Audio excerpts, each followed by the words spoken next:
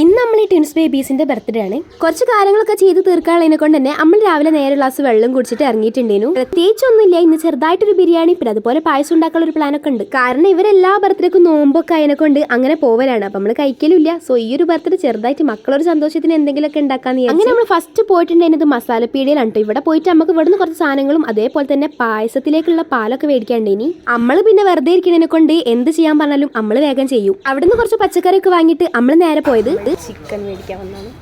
അവിടെ എത്തിയപ്പോൾ അവിടുത്തെ ഒരു കാക്ക പറഞ്ഞു, മക്കളെ കുറച്ചേരം കാത്തുന്നോളി, നല്ല തിരക്കുണ്ട്, നിങ്ങൾക്ക് ഇപ്പം തരാമെന്ന് പറഞ്ഞു. എനിക്കാണെങ്കിൽ ചിക്കൻ വാങ്ങിയിട്ട് ഒരു ശീലമില്ല. ഞാൻ ആദ്യമായിട്ടാണ് ഇങ്ങനെ ഒറ്റയ്ക്ക് ചിക്കനൊക്കെ മേടിക്കാൻ വേണ്ടി പോണത്.